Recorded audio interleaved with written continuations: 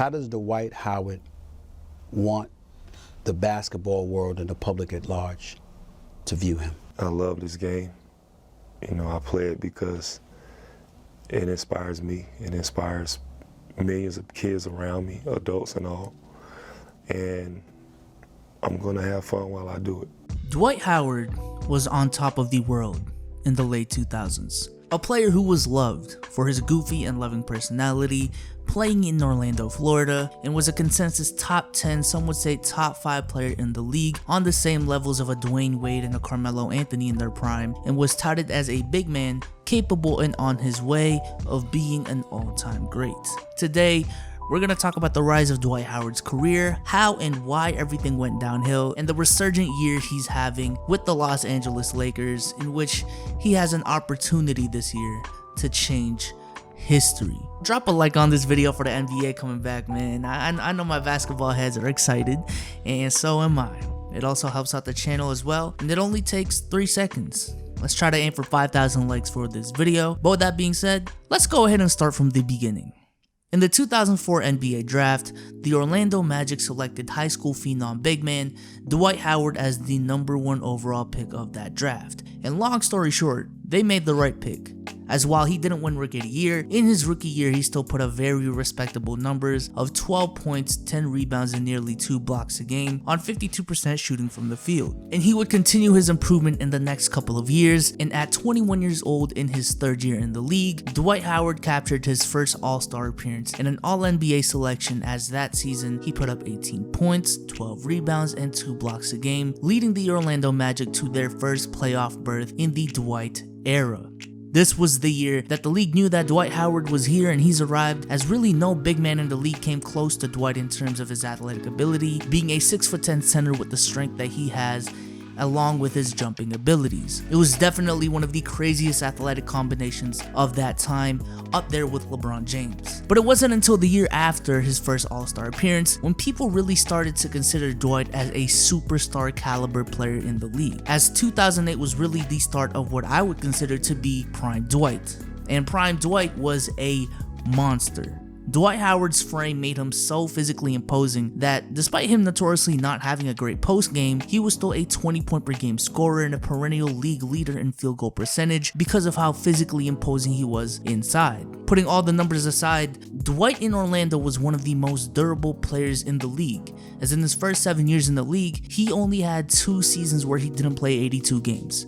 And in those 2 seasons, he played 78 and 79 games. So again, pretty much the whole season. But on top of being a 20-point per game scorer on top tier efficiency, what really made Dwight Howard was his impact on the defensive end, as from 2008 to 2013, Dwight Howard led the league in rebounding every single year, except for 2011 when Kevin Love had that monster year of averaging 15 rebounds a game, but even then, Dwight still averaged 14 rebounds a game. He was also considered as one of the best, if not the best shot blockers in the league, and was routinely anchoring the Orlando Magic to a top 5, top 10 at worst defense in the league. And he definitely had the accolades to back it up too, as Dwight Howard became the first player in NBA history to win Defensive Player of the Year in 3 consecutive years, as he won it in 2009, 2010, and 2011. But on top of being a terrific regular season performer, he was also one of the league's best playoff performers, an aspect of Dwight's career that I honestly don't believe gets talked about enough, as routinely his numbers would improve in the playoffs. And you know I can't do this video without talking about his 2009 season, when Dwight not only led the Orlando Magic to a 59-win season as a 23-year-old and won Defensive Player of the Year, but he also had a monster playoff run, as in the first 2 rounds of the playoffs, Dwight averaged 20 points, 17 rebounds, and 3 blocks a game on 61% shooting from the field, beating the defending champion Boston Celtics in the 2nd round in 7 games. That is, albeit without Kevin Garnett, but regardless, that team was still a very good team. But Eastern Conference Finals Dwight Howard in that 3rd round was something else. One of the biggest mysteries in NBA history is why and how exactly we never got a Kobe versus LeBron finals in our lifetime. And the best shot at that was in 2009 when both Kobe and LeBron had the best records in their respective conferences and both had a real shot of making the finals. Another one of the biggest mysteries in NBA history is specifically how LeBron James lost the 2009 Eastern Conference Finals despite LeBron putting up 39 points, 8 assists, and 8 rebounds a game on good efficiency. Now, a big part of the answer to both of those questions is Dwight Howard. Because in the Eastern Conference Finals, Dwight Howard averaged 26 points, 13 rebounds, and a block a game on a ridiculous 65% shooting from the field, and for his standards, a really good 70% from the free throw line. And while when you look at the stat sheet, you can see that the Magic had players like Rashard Lewis, who shot 48% from 3, Hedo Turkoglu, who shot 39% from 3, Michael Petras, who shot 47%, Rafer Alston, who also shot 38%. While on paper it looked like Dwight had so much more help than LeBron James, and while I don't want to take credit from those players because they easily could have just pulled the Rockets and missed all of those open shots, but the biggest reason for them getting the looks that they got was how much of an inside presence Dwight Howard was in that series. Because as soon as he got the ball in the paint, the whole Cleveland Cavaliers team would just swarm him, which led to wide open looks from the perimeter, which is why those players had such high 3-point percentages. It's because they had really good looks from 3. But what's even more surprising is the fact that Dwight Howard, despite this whole game plan to literally send the whole team his way when he gets the ball in the paint, still averaged 26 points a game on 65% shooting. Like, if that doesn't tell you how imposing Dwight was in the paint, I don't know what does and what will. Now, in the NBA Finals, Dwight still put up monster numbers of 15 points, 15 rebounds, 2 steals, and 4 blocks a game, but the Lakers were just better, and Kobe did what Kobe does as the Magic lost in 5 games. But man, for Dwight to lead that team to the finals at 23 years old, the way that he did is one of the most impressive feats in history.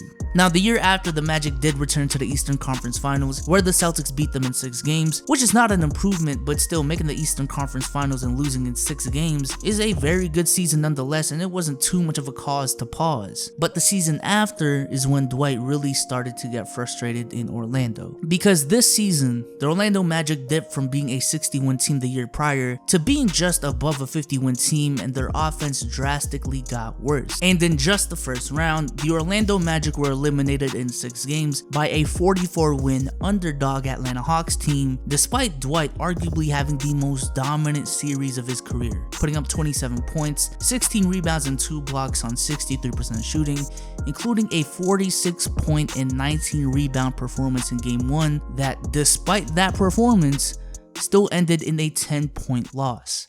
The next season would be filled with drama, as Dwight Howard would demand a trade from the Orlando Magic because he felt as if the management wasn't really doing enough to build a championship contender, and the Magic would end the season with a record on pace to win 46 games, another dip from the previous year, and Dwight Howard also wouldn't finish the season because of a back injury that he needed to get surgery on. And in the offseason after the lockout year, the Dwight Howard era ended in Orlando as the best big man in the game was traded to the Los Angeles Lakers in a blockbuster 3-team trade. And thus, the infamous 2013 Lakers were formed, with Steve Nash, Kobe Bryant, Ron Artest, Pau Gasol, and Dwight Howard leading the way.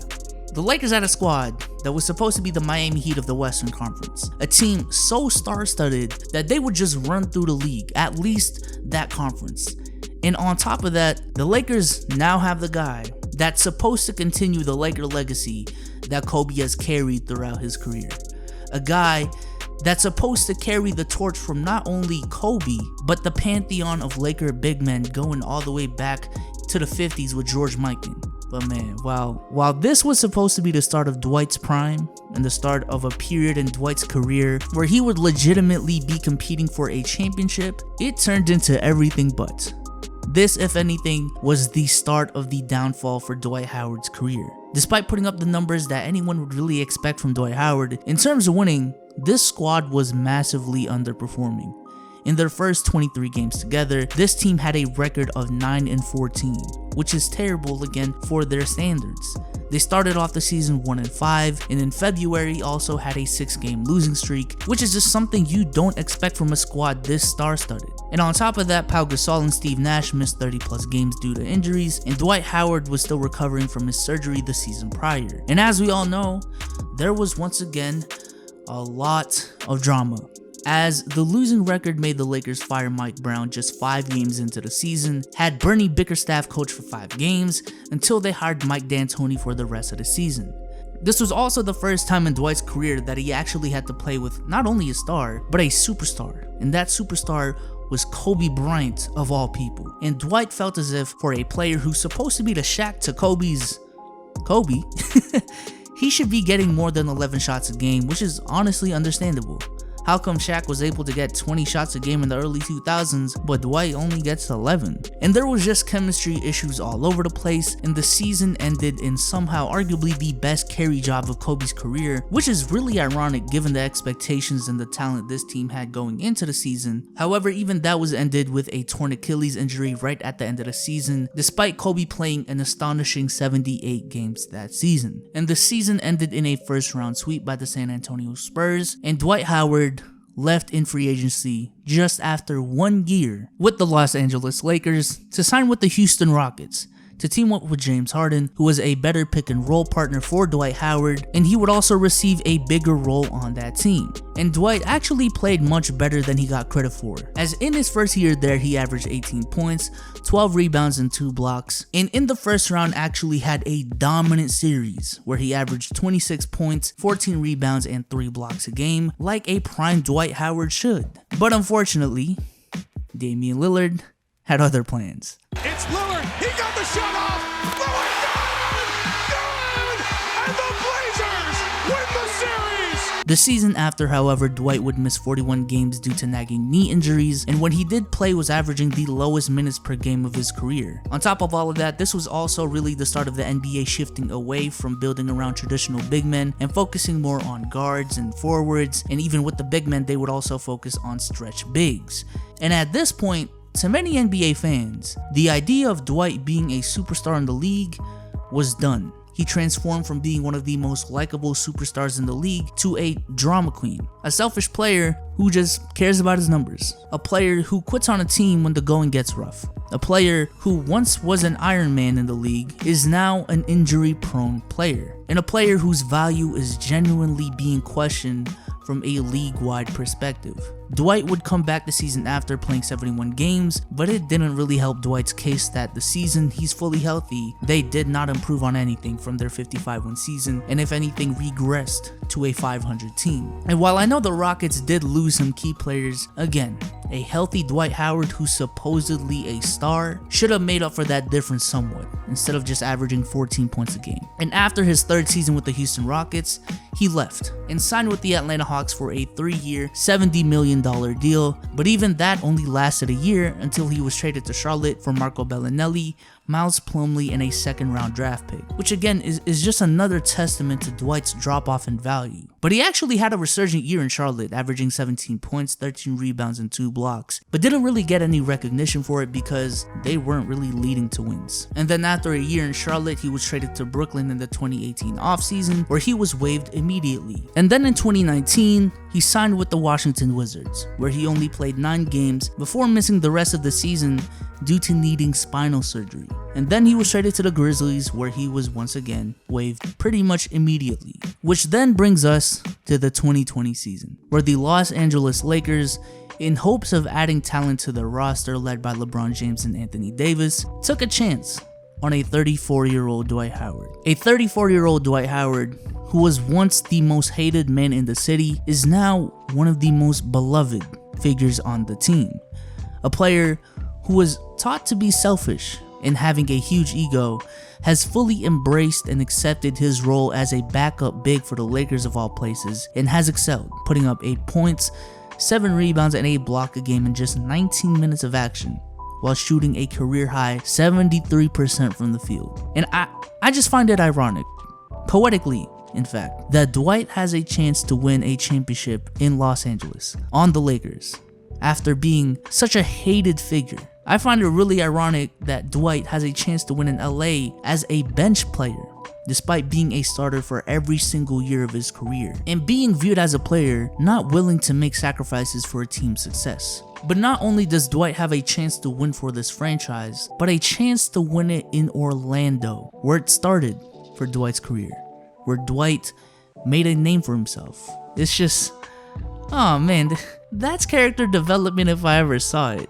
But also, this is probably the only time I can talk about this on my channel, but y'all have to put some respect on Dwight's whole career, man. Because for the first 14 years of Dwight's career, he averaged 17 points, 13 rebounds, and 2 blocks a game. And a lot of that production has just been shoved under the rug after the whole LA and Houston fiasco because of the reputation that he developed. When in reality, injuries played a bigger part in Dwight's regression more than anything.